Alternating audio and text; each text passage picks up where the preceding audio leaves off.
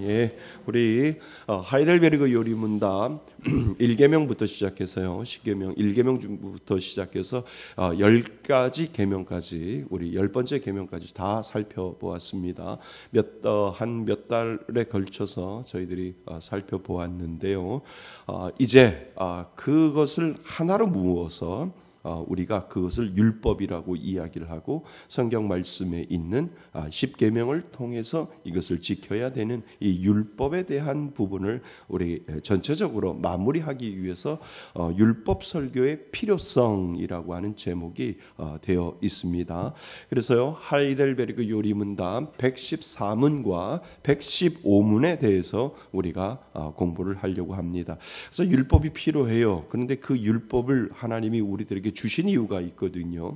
그래서 그 주신 이유를 통해서 이래서 우리가 율법이 필요하고, 이래서 우리가 하나님의 말씀이 필요한데, 이 말씀이 왜 우리들에게 주어졌고 왜 이것을 지키라고 하나님께서 말씀하여 주시는지를 우리는 살펴보아야 됩니다. 그래서 114문과요 115문을 우리 같이 한번 읽어보셔야 거기에 대한 답을 우리가 공부하면서 찾아낼 수 있습니다. 자, 114문 읽어보겠습니다. 시작. 그런데 하나님께 돌아온 사람이 이 계명을 완전히 지킬 수 있습니까? 이 계명이 뭐예요? 10계명이죠. 이 10계명을 완전히 지킬 수 있습니까? 예수 믿으면? 예수 믿는데요, 왜 없어요? 예수 믿으면 지킬 수 없어요. 왜요? 우리는 죄인이기 때문에 아무리 지키려고 노력해도 못 지켜요. 못 지켜. 그래서 114문의 정답은 아니요입니다. 자, 115문요. 시작. 이 세상에서는 아무도 10계명을 지킬 수 없는데 하나님께서는 왜 그렇게 엄격히 10계명을 설교하게 하십니까? 그 답을 우리는 찾을 수 있습니다. 엄격하게 우리가 10계명을 완전히 지킬 수 없는데 왜 하나님은 이 10계명에 대한 설교를 하게 하고, 왜 10계명을 공부하게 해서 이 설교를 하게 하시는 하나님의 그 의도와 하나님의 방향이 그 가운데 분명히 있음을 우리들에게 찾아내셔야 된다라고 하는 것을 통해서 우리가 114문과 115문이 우리들의 답 가운데, 우리들의 공부 가운데 답이 분명히 있습니다. 근데 우리는 다 알잖아요. 로마서에서 하나님이 율법을 주신 이유는 우리가 지키려고? 아니요. 지키려고 하다 보면 나는 못 지켜, 나는 왜 안 되지? 그거를 하나님이 어떻게 해요? 깨닫게 하기 위해서 하나님이 그 율법을 우리들에게 주셨다라고 하는 것을 이미 우리는 선지식으로 가지고 있습니다. 그런데 하나하나 우리가 정리를 해 놓아야, 이래서 율법의 설교, 그러니까 10계명 같이 지키라라고 하는 것을 우리들에게 하나님이 주신 이유가 분명히 있다라고 하는 겁니다. 우리 하나하나 공부해 보겠습니다. 법하면 어떤 생각이 드나요? 법이요 라고 하면 끝이잖아요.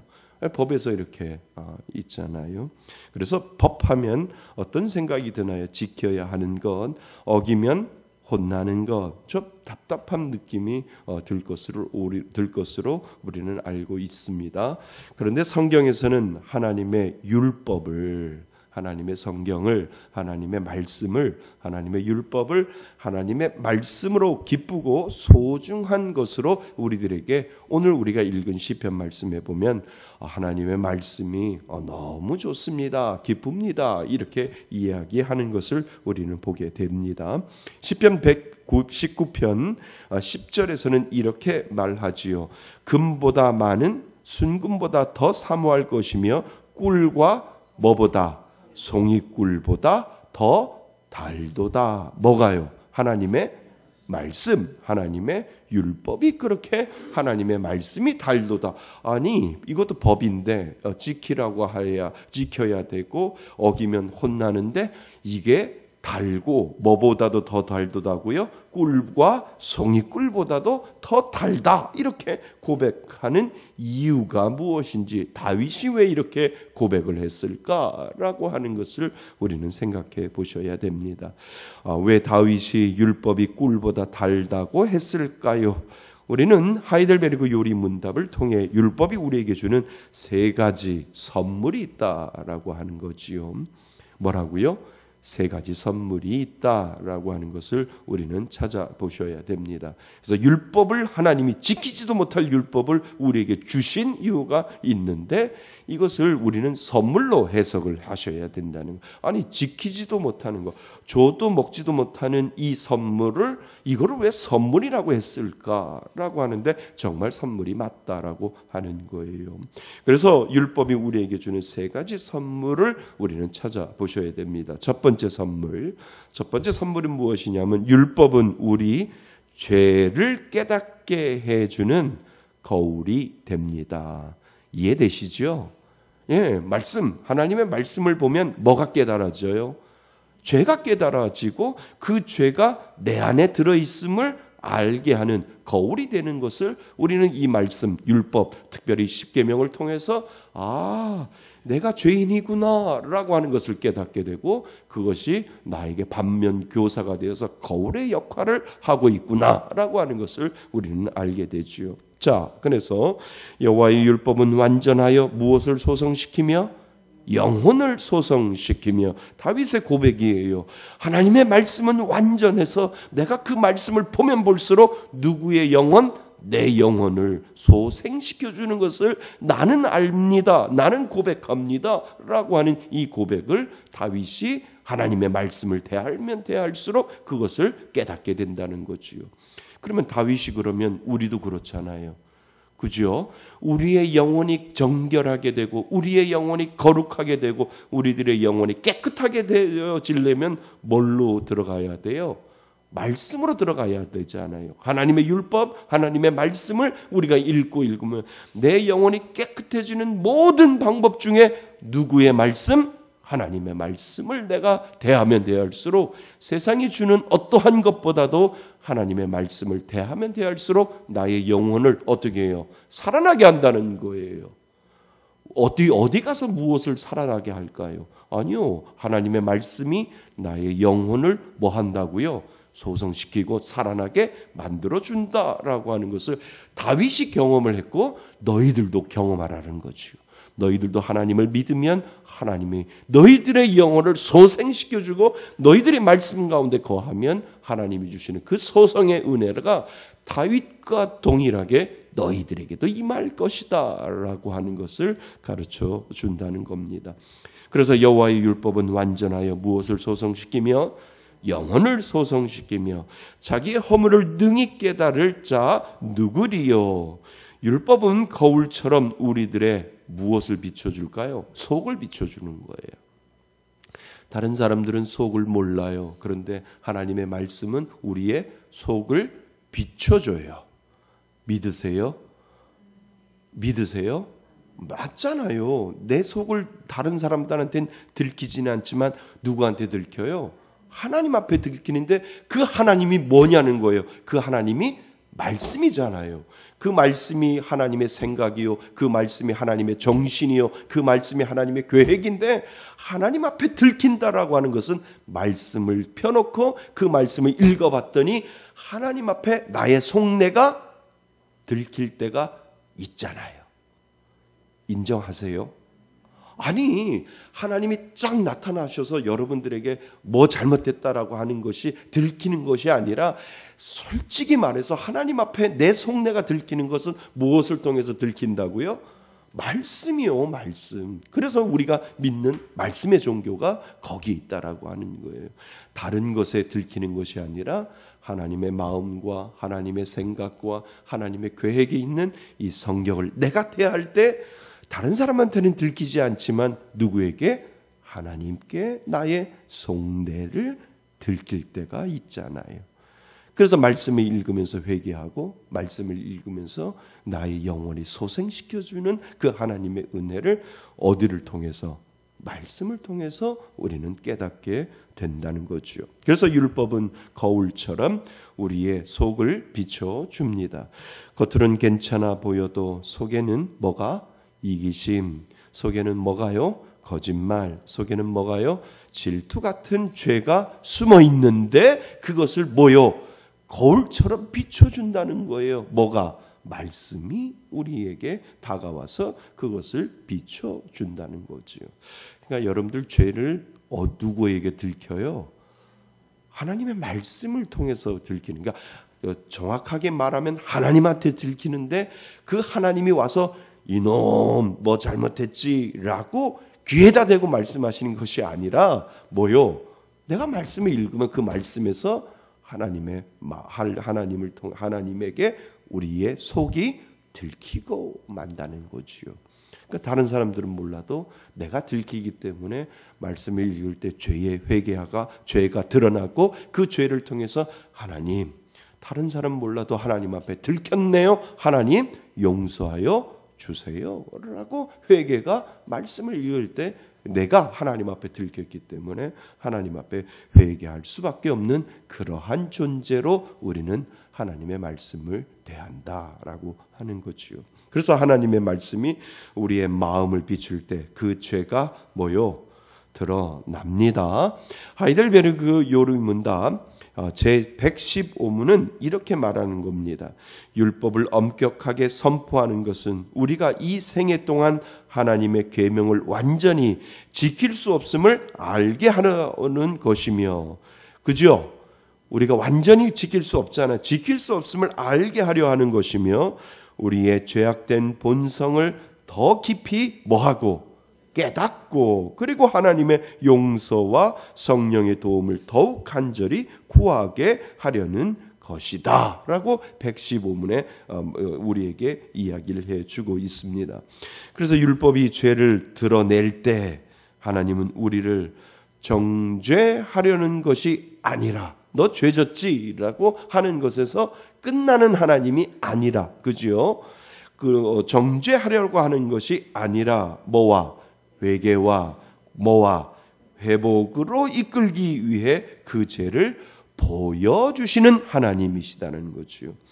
그죠? 그래서 우리는 여기다가 동그라미를 치셔야 돼요. 회개와 하나님의 목적은 뭐예요? 내 안에 내 속을 들여다보면서 거울처럼 내 속을 비춰주는 이유는 나를 뭐하기 위하여? 회개케 하기 위하여. 그리고 더 중요한 게 뭐예요? 회복시키기 위하여 하나님이 그 일을, 그 작업을 믿는 자녀들에게 하고 있다라고 하는 것을 우리들에게 가르쳐 준다는 거죠. 그래서 회개와 회복으로 이끌기 위해 그 죄를 뭐 하십니까? 거울처럼 비춰 주신다라고 하는 겁니다. 그래서 말씀을 통해 내 죄가 생각나는 것 그 자체가 뭐예요? 은혜예요, 은혜. 누가 은혜라고 그러셨어요? 네, 은혜예요. 아무리 비춰줘도 은혜인지도 모르는 사람 있잖아요. 근데 비춰주는데 그 빛만, 그 거울이 나한테 비춰주기만 해도 하나님, 내 죄가 추원같이 붉은 것을 이제 알겠습니다 라고 하는 것을 깨닫게 되는 것, 그것이 뭐라고요? 은혜입니다. 이 은혜 다 있지요. 예, 있어야 돼요. 내가 정말 하나님을 믿으면 무엇이 제대로 가는지 무엇이 제대로 못 가는지를 하나님이 말씀을 통해서 나에게 비춰줬는데 그것을 깨닫게 되고, 하나님 용서하여 주옵소서, 나는 죄인으로서이다 라고 고백하는 것, 그게 뭐라고요? 믿는 사람 은혜다라고 하는 거예요. 은혜 아니면 우리는 깨달을 수 없다라고 하는 것을 가르쳐 준다는 겁니다. 이 은혜 다 있으시지요? 다 있어야 됩니다. 그래서 우리는 날마다 깨닫는 거예요. 날마다 회개해야 하고 날마다 주를 바라볼 수 있는 이 은혜가 하나님은 믿는 자에게 주셨다라고 하는 것 인정하셔야 됩니다. 하나님이 내 마음에 지금도 말씀하고 계신다는 증거입니다. 이 은혜는요. 그지요? 하나님은 지금도 저와 여러분들에게 대화하셔요. 말씀을 통하여. 그래서 하나님이 나를 사랑하여 주신다라고 하는 증거가 바로 거기에 있음을 우리들에게 가르쳐 주고 있는 거죠. 하나님이 내 마음에 지금도 말씀하고 계신다는 증거이지요. 하나님은 단지 죄를 보게 하실 뿐 아니라 죄에서 벗어날 뭐도, 힘도 함께 주시는 하나님이시지요. 그래서 말씀을 통해 우리의 눈을 열어 죄를 보게 하시고, 뭐를 통해서요? 말씀을 통해 우리의 눈을 어떻게 해요?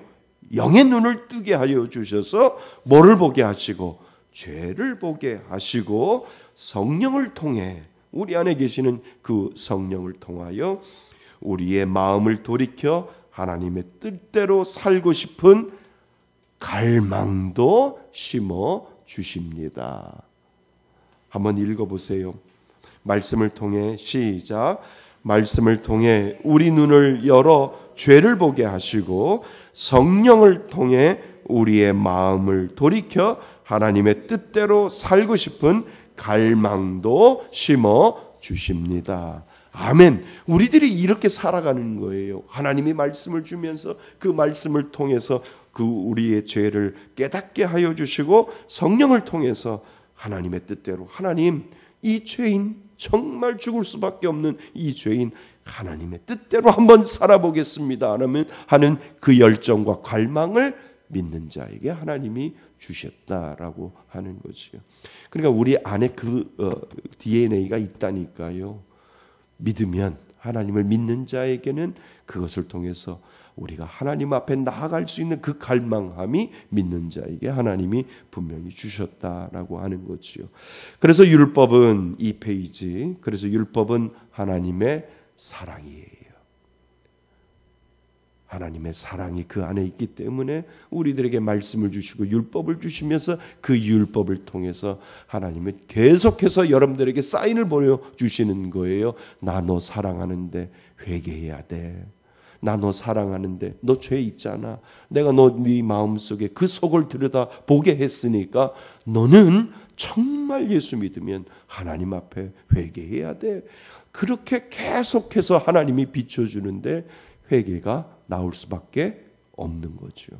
만약에 안 나오고 깨닫지 못한다라고 한다면 어쩌면 하나님의 사랑과 멀리 있을 수 있다라고 하는 거예요. 그래서 하나님의 율법은 하나님의 뭐라고요? 사랑입니다. 그 사랑은 우리를 책망도 하시지만 절대로 정죄하지 않으십니다. 말씀 앞에 솔직하게 서고 그 말씀 안에서 나를 돌아보고 주님의 용서와 도움을 간구하는 자가 진정 뭐요? 믿는 자입니다. 아멘. 예, 말씀 안에서 나를 돌아보고 주님의 용서와 도움을 간구하는 자가 진정 믿는 자다라고 하는 거예요. 성 어거스틴도 그렇고요. 루터도 그렇고요. 말씀 한 구절 때문에 종교개혁을 일으켰어요. 그냥 지나갈 수 있는 말씀인데 그 말씀이 내 마음에 꽂혀서 그 말씀 때문에 종교개혁을 일으키고 그 말씀 때문에 회심하고 그 말씀 때문에 주께로 돌아오는 거예요. 그러니까 성경 신구약 66권 다 필요 없어요. 그냥 한 말씀 하나만 그 마음속에 꽂혀버리면 그 말씀 가지고 종교개혁을 일으킬 수 있고 그 말씀 가지고 회심이 일어나고 그 말씀 가지고 다른 삶을 살아갈 수 있는 그 은혜를 하나님이 믿는 자에게 주셨다라고 하는 거예요. 우리가 어떠한 결정을 하거나 어떠한 계획을 하잖아요. 그런데 하나님이 말씀하시는 거예요. 하나님이 우리가 성경을 통해서 읽고 성경을 통해서 하나님 앞에 나아갈 때 하나님의 그 말씀을 통해서 우리들에게 바른 길을 열어주시고 하나님이 그것을 통해서 우리가 결정하고 우리가 계획하고 하나님의 그 말씀을 통해서 우리의 등불의 역할을 발걸음의 역할을 하나님이 그 말씀을 통해서 우리들에게 보여주신다라고 하는 거예요. 믿으세요? 아멘? 아니 아멘 크게 하세요. 믿으세요? 정말요. 아니 하나님의 말씀이 이것만큼 우리를 이끌어가는 말씀이 어디 있냐는 거예요. 그러니까 매일마다 새벽마다 말씀 문자를 여러분들에게 보내주시는 거는 이 김 목사를 잃어버리고 누구의 말씀을 하나님의 말씀을 말씀으로 듣고 하나님 그 말씀을 붙잡고 하나님 오늘도 내 죄를 깨달으며 하나님 어디로 가야 될지 모르지만 하나님이 주시는 그 말씀이 내 삶의 디딤돌이 되고 거울이 되어서 회개할 거 회개하고 하나님 앞 비전을 가지고 나갈 거 나가고 하나님의 계획대로 하나님 앞에 오늘도 순종하며 살겠습니다. 성령님 나의 마음을 붙잡아 주셔서 옳은 길로 인도하여 주옵소서라고 하는 그 기도가 말씀을 접할 때마다 우리가 나오게 되는 이유가 바로 거기에 있다라고 하는 거예요. 말씀이 깨달아지는 건 은혜예요. 말씀이 그냥 글자로 검은색은 글이요 보여지는 그냥 글자로 끝난다면 그게 은혜가 아닌데, 말씀이 깨달아지고 그 말씀이 내 삶 속에 녹아져지는 것, 그것만큼 은혜가 없다라고 하는 거예요. 아멘. 그래서 말씀이 중요한 거죠. 자, 첫 번째 선물 한번 읽어보겠습니다. 첫 번째 선물 시작. 율법은 우리의 죄를 깨닫게 하는 거울이 됩니다. 이것이 첫 번째 선물이에요. 하나님이 우리들에게 율법을 주신 이유. 두 번째 선물을 보겠습니다. 두 번째 선물은 율법은 예수님의 은혜가 얼마나 큰지 알게 됩니다. 아멘. 그죠? 내가 말씀을 접하면 접할수록 아우 하나님 너무 많아요. 내가 이걸 어떻게 지켜요? 그러면 우리는 무엇을 찾는 줄 아세요? 예수님을 찾는 거예요. 예수님 도와주세요. 나는 할 수 없으니까 예수님 도와주세요. 어렸을 때 누구 뒤에 숨는 게 제일 안전해요?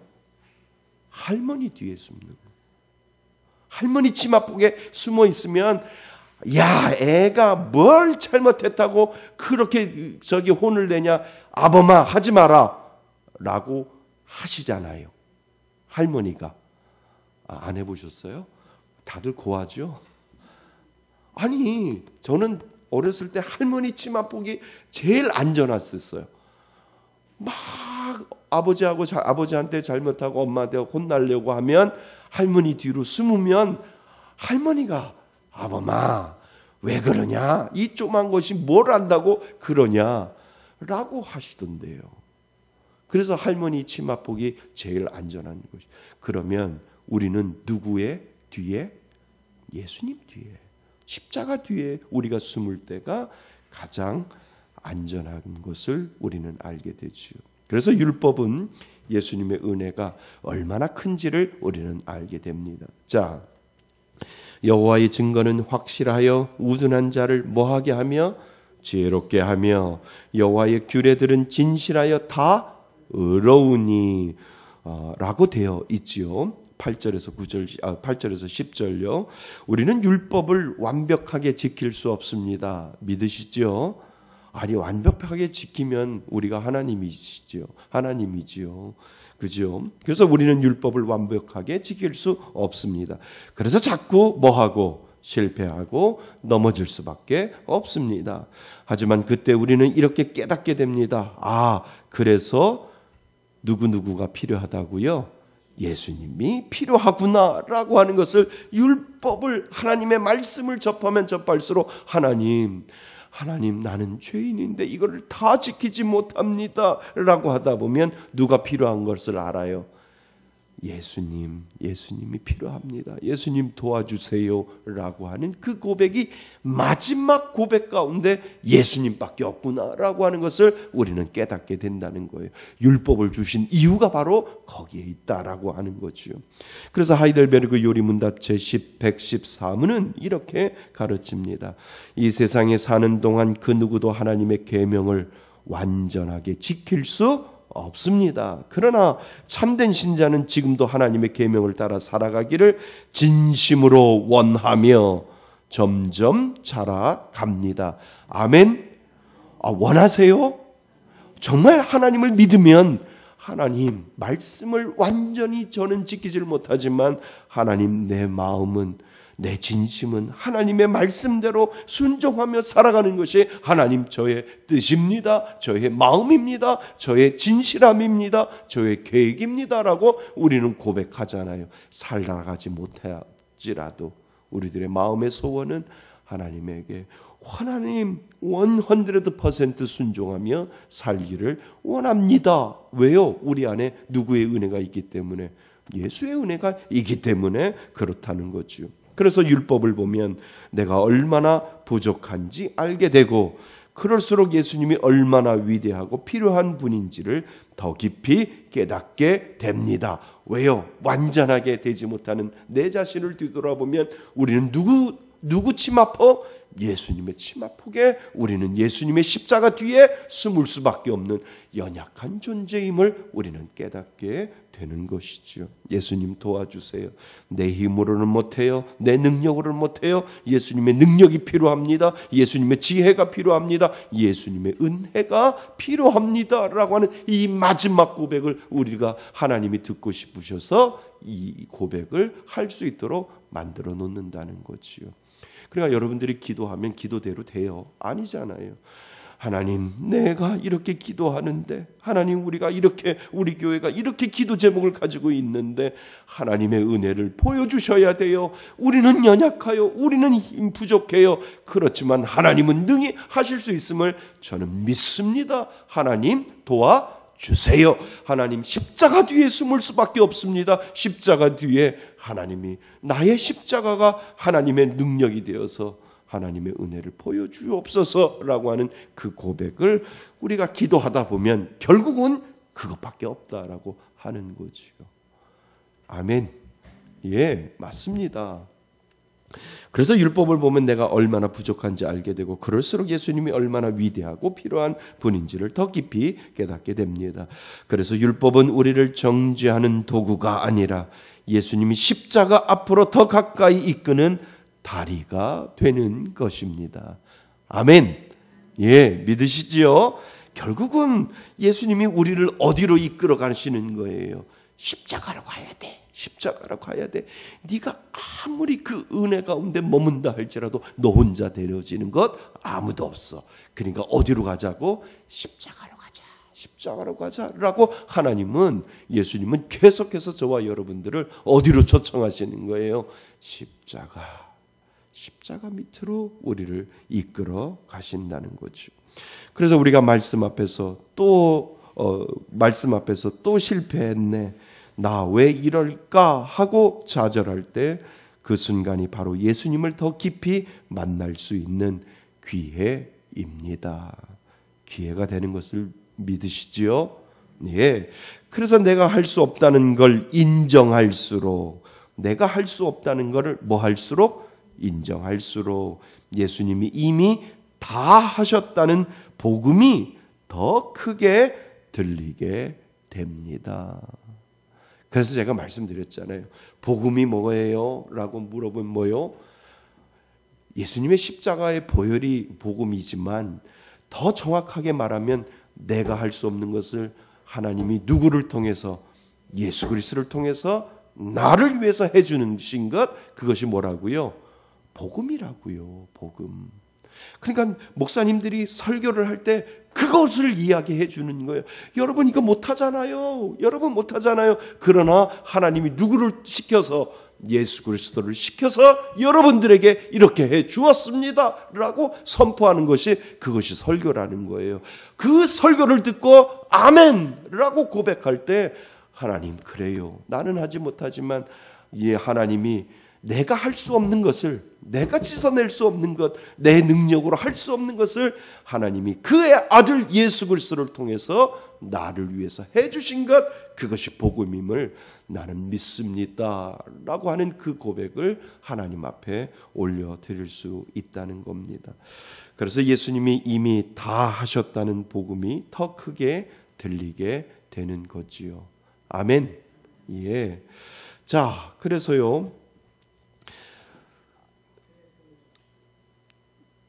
그래서 이렇게 질문을 해 볼 수 있습니다. 나는 실패할 때마다 예수님을 더 의지하고 있는가? 그리고 율법을 들을 때 낙심하기보다 예수님께 달려가고 있는가? 이러한 질문을 우리는 늘 하셔야 된다라고 하는 거지요. 여러분, 율법은 우리의 부족함을 드러내지만 예수님의 십자가 앞으로 더 가까이 이끄는 초대장이 된다는 거지요. 믿으세요? 네, 맞습니다. 그 사랑을 붙들 때 우리는 율법 안에 무너지는 존재가 아니라 은혜 안에서 다시 일어나는 존재가 될 수 있습니다. 우리는 율법에서 무너지지 않습니다. 십자가 것들을 바라보며 우리는 나아갈 수 있는 그러한 존재로 하나님은 저와 여러분들을 만들어 주셨다는 것 여러분 믿을 수 있기 바랍니다. 자, 두 번째 선물 읽어보겠습니다. 두 번째 선물 시작. 율법은 예수님의 은혜가 얼마나 큰지 알게 됩니다. 믿으세요? 예, 예수님의 은혜 없으면 우리는 살지 못하는 거죠. 그래서 율법은 예수님의 은혜가 얼마나 큰지를 우리는 알게 됩니다. 자, 세 번째 선물. 그 율법을 통해서 우리들에게 주시는 세 번째 선물. 율법은 우리를 예수님처럼 살고 싶은 뭐가 들게 해요? 마음이 들게 합니다. 마음이 들게 하지요. 예수님처럼 완벽하지는 못하지만 하나님 제게 예수님과 같은 마음 주셔서 예수님 닮아갈 수 있는 은혜 주옵소서라고 하는 고백을 하게 되지요. 그래서 율법은 우리를 예수님처럼 살고 싶은 마음이 들게 합니다. 고의로 죄를 짓지 말게 하사 그 죄가 나를 주장하지 못하게 하소서라고 고백이 됩니다. 나의 말과 너의 묵상이 마음의 묵상이 주께 연락되기를 원하나이다 라고 이 다윗이 고백을 하잖아요. 율법은 이렇게 살아야 한다고 말하지만 성령님은 그 말씀을 우리 마음속에 새기셔서 하나님 저도 그렇게 살고 싶습니다. 하나님 저도 그렇게 살고 싶습니다. 이걸 한 단어로 뭐라고 할까요? 성화. 하나님 저도 그렇게 살고 싶습니다. 이것이 바로 성화의 삶이지요. 하이델베르그 115문의 마지막 부분은 이렇게 말합니다. 율법을 통해 성령의 능력으로 하나님의 형상을 따라 변화되기를 열망하게 하려 하는 것입니다. 즉 율법은 방향을 보여주고 율법은 뭐를 보여줘요? 방향이요. 하나님의 말씀은 어떻게 살아가야 할 것을 방향을 보여주고 그리고 예수님의 은혜는 그 방향으로 살 수 있는 능력과 소원을 주십니다. 여기다 밑줄을 좀 치시지요. 율법은 무엇을 보여주고요? 방향을 보여주고 예수님의 뭐는 은혜는 그 방향으로 살 수 있는 능력과 소원을 주십니다. 믿으세요? 네, 말씀은 우리들에게 방향을 주고 그 말씀 예수님의 은혜는 그 방향으로 살 수 있는 능력과 소원을 오늘도 저와 여러분들에게 부어주신다라고 하는 거죠. 그래서 그 마음은 억지로 끌려가는 순종이 아니라 기쁨으로 하나님을 닮고 싶은 소원에서 나오는 순종입니다. 율법은 우리에게 거룩함의 방향을 보여주고 성령님은 그 방향으로 나아갈 수 있도록 날마다 우리의 마음을 움직이십니다. 믿으세요? 예, 그래서 하나님의 말씀은요 우리들에게 방향을 제시해 주는 거예요. 그리고 그 방향을 제시할 때 하나님의 성령은 그렇게 살아갈 수 있는 의지와 그렇게 살아갈 수 있는 감동과 그렇게 살아갈 수 있는 순종함을 성령님은 우리들에게 주셔서 우리가 그 말씀대로 방향대로 하나님이 원하시는 그 방향대로 살아갈 수 있도록 우리를 만들어 주신다는 거지요. 이것이 우리들에게 율법이 주는 선물입니다. 율법은 우리에게 거룩함의 방향을 보여주고 성령님은 그 방향으로 나아가도록 날마다 마음을 움직이시죠. 그래서 우리는 오늘도 뭐 할 수 있어요? 기도할 수 있습니다. 하나님, 아직 부족하지만 주님처럼 살고 싶은 마음을 제게 더해 주옵소서라고 하는 그 고백을 우리 믿는 사람들은 하게 되는 거죠. 그래서 그 열망이 있다는 것 자체가 이미 은혜입니다. 그 열망이 있으세요? 오늘 하나님의 뜻대로 살아가지 못하지만 하나님 부족한 자를 용서하여 주셔서 오늘도 주의 뜻대로 주의 방향대로 살아갈 수 있는 힘과 용기를 주옵소서라고 기도하는 것 그 자체가 열망이 있다는 것 그 자체가 뭐라고요? 은혜다라고 하는 거예요. 이 은혜 있으시지요? 예. 그래서 그 열망이 있을 때 우리는 실패 속에서도 뭐하지 않고 낙심하지 않고 다시 일어나 걷게 되는 그러한 존재로 하나님은 저와 여러분들을 그렇게 만들어 놓으셨다는 거예요. 자, 중요합니다. 말씀에 대한 사모함. 이 사모함이 있으세요? 사모함 있으셔야 돼요. 내가 예수를 믿으면 그 사모함을 믿는 자에게 다 주셨거든요. 그리고 나서 거룩함에 대한 갈망.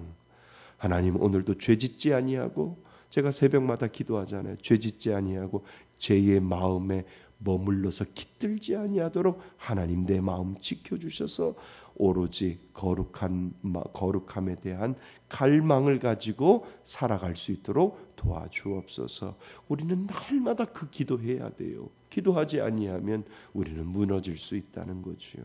그래서 말씀에 대한 사모함, 거룩함에 대한 갈망, 그리고 예수님 닮고 싶은 마음, 이것이 바로 성령께서 율법을 통해 우리 안에 일으키시는 뭐요?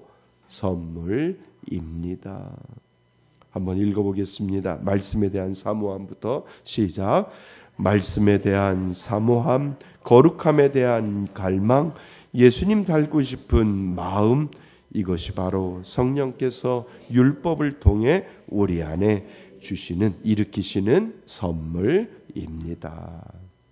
아멘. 자, 결론. 여러분, 하나님의 율법은 무겁고 피하고 싶은 법이 아닙니다. 믿으시지요?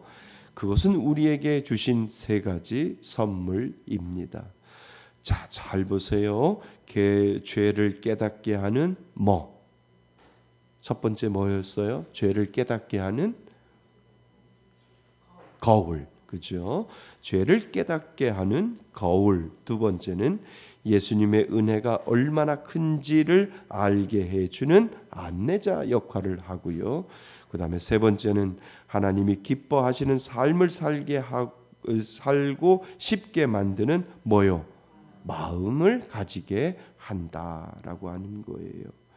그래서 율법은 우리를 짓누르는 것이 아니라 하나님의 은혜와 성령의 능력 속에서 더 깊이 회복되고 변화되도록 도와주는 하나님의 뭐가 됩니까? 선물이 된다라고 하는 거예요. 선물을 날마다 경험하며 말씀 안에서 자라가시기를 원하시는 것이 누구의 마음요? 하나님의 마음인다라고 하는 거죠. 그래서 하나님의 말씀, 율법이 우리에게 주는 세 가지 선물을 우리가 한번 생각해 보았습니다. 우리 한번 첫 번째, 두 번째, 세 번째 읽고 마치겠습니다. 첫 번째 선물 시작. 율법은 우리 죄를 깨닫게 해주는 거울이 됩니다. 두 번째 선물, 율법은 예수님의 은혜가 얼마나 큰지 알게 됩니다. 세 번째 선물, 율법은 우리를 예수님처럼 살고 싶은 마음이 들게 합니다. 아멘. 우리는 그 은혜로 살아가는 존재인 줄 믿습니다. 우리들의 죄를 깨닫게 하는 거울이고요. 예수님의 은혜가 얼마나 큰지를 알게 하는 것이 율법이고, 그리고 예수님처럼 살아가고 싶은 마음을 간절히 갈망하게 만들어 놓는 것, 그것이 바로 율법이 우리들에게 주시는 귀한 선물인 줄 믿습니다. 그 은혜로 살아가시는 저와 여러분이 되시기를 주님의 이름으로 축원드립니다. 아멘.